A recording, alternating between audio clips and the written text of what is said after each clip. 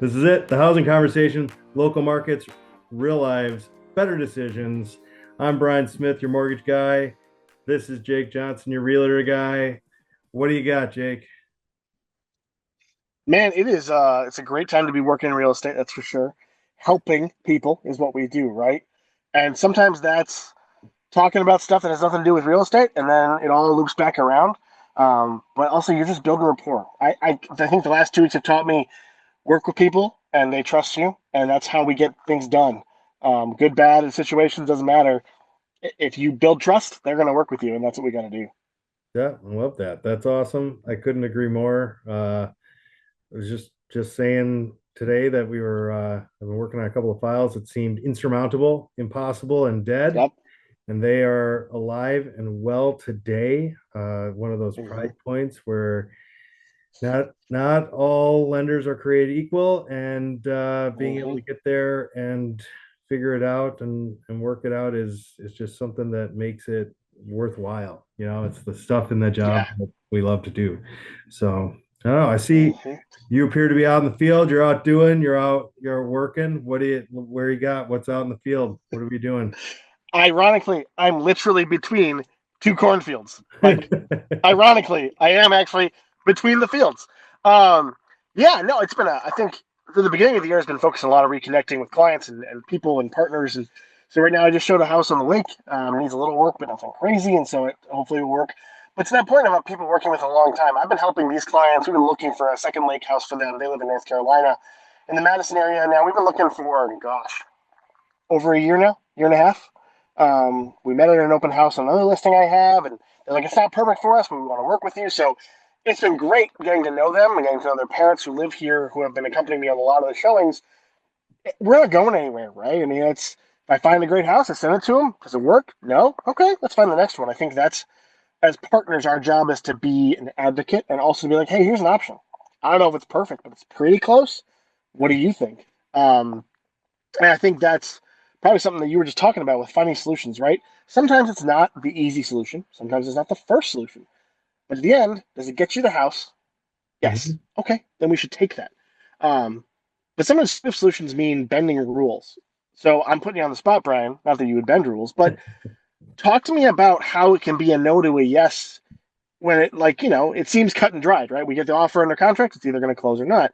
But sometimes it's not that straightforward, right? Yeah, it's not. So you get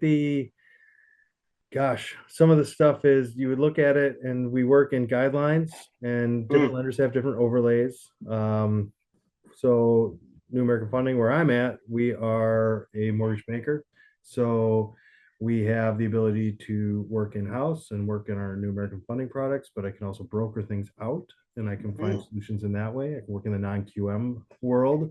Um, and that's part of it. It's the different overlays. The example is I had an FHA deal that was not visually going to function, and mm, then you kind of work through a bunch of different options. You get to the end of it, and you go, "Hey, that's a not doable file." And then you arrange it correctly, and you do the payoffs correctly, and the debt ratios work together, and then all of a sudden, the credit score that wasn't seeming to be good enough is good enough. mm-hmm. And you get an approve eligible, 540 Nice. credit score, which we go down to 500. It's unique scenarios. Nothing is impossible, but it's Hmm. it's working and going the next step. And I always say the difference between good and great in this gig in real estate is asking the next question, right? Ask one more Hmm. thing, try one more time, walk away from it, come back, sit down and revisit it and think about it.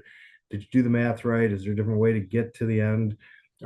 Different, again, it's different payoffs, it's different opportunities there. And then non-QM. I was in a non-QM file, and one lender Hmm. said, "No way, Jose," and we thought that the deal was done. And I went and found another outlet, right, that was willing to take whatever the risk was, and it's a Hmm. different risk-related tolerance. So Yeah. it's nice to have some options. It's nice to be able to flex things around and kind of look at where we can take an opportunity and get somebody what they're looking for. Because again, like you're saying, it's like, yeah, it's a different set of terms, but the terms are still palatable. It's still what they're interested in. So then that gets you to a spot where you can be there and close. But That's funny. I think that's a lot of it. Speaking of, different kind of things there in our world with different programs, I have been looking and seeing, and I'll get your, it's a leading question. 30% of deals, it's floating around as the number, are cash deals. Does that Mm. feel right to you? People are taking the equity of their house, they built up a ton of equity in, they're taking that and they're buying next, and they're having saved up and use the equity, and they're offering and closing in cash deals. Is that, I mean, I'm looking at Mm. articles that say 30% in America. Seems high to me. Sure. It does seem high, and I think that number might be a little inflated. But I think it's always important to remember that it's not necessarily cash, right? It's not a contingent of that offer, right? So Okay. Yeah. I've seen a lot of buyers who can qualify that might be cash, like cash, where they can buy it without a financing contingency. They're still using a loan. Hmm. They're still taking a loan out, but they're not using it as a contingency of the offer. I will say that my deal that I'm working under contract right now is a true cash deal. They're going to stroke a check for the purchase price. Um, so again, it is a hit Only. and miss, and like it's I mean, good for them, right? Yeah. This is a long time coming, and they've got a great house that they're going to get, and that's a big check that someone gets to write. Usually it's the lender, so it's fake money. This is real money. Mhm. Um, but I think you're dead on in the sense that owning is how you get to that point. So whether you're renting now and thinking about buying, or you own now and want to buy bigger or smaller, or a lake property or an investment, playing in the game is how you get there. And how do you play the game? Is you have to own something in the game, um, which is I think with the conversation we have with buyers a lot. Hey, you want to buy down the line? Awesome. Let's buy now. Let's buy a condo now, and then you buy a single family home in 3 years, or let's buy a single family home and use the equity and buy an investment property if you want to. If you don't. But like, it's a pretty powerful role and thing you can do by owning a property. I agree. And that's the thing, is getting into the game, building equity, putting it, making the investment. And I think that's smart. We Yeah. also, the leading part of that question, the funny part, is the NAP cash opportunity we have at New York and Funding, which is Oh, we get the house purchased for cash and then lend the money for you to buy the house in the second half of the transaction. With cash sure. offer, we see often as across America, I believe the number is 12% lower on the accepted offer. So like a 12% reduction on the accepted offer Mm, price, because cash is the deal, that makes everything yep. streamlined, no contingencies, you got all this stuff. So it's an interesting Hmm. approach to it, but I do like what you're saying, is that maybe when people are saying that and talking about that, they're talking about no contingencies, which is, there's a number of ways to get around that as well. So cool. I like that Yeah, about. I know, and I have a little inside info on that. My wife works in title insurance, and so they'll on Ah, their deals, it'll say real cash or fake cash, so that like they know, like, hey, do we need to tell a lender about the transaction also? yeah. Um, it doesn't matter, right? It's either way, but like, just we need to know if you have to have a lender involved, they got to get copies of all the docs. So Mhm. let the people know that we got to send everything over, because otherwise it's not going to close on time, and then you are going to have to bring real cash to closing. And who wants to do that if you don't have to? Nobody. The financial advisor does not want to hear Right? about cashing out and floating money. They do not love that move. They don't. I know. Nope. Um, Mm-mm. yeah. So there's that.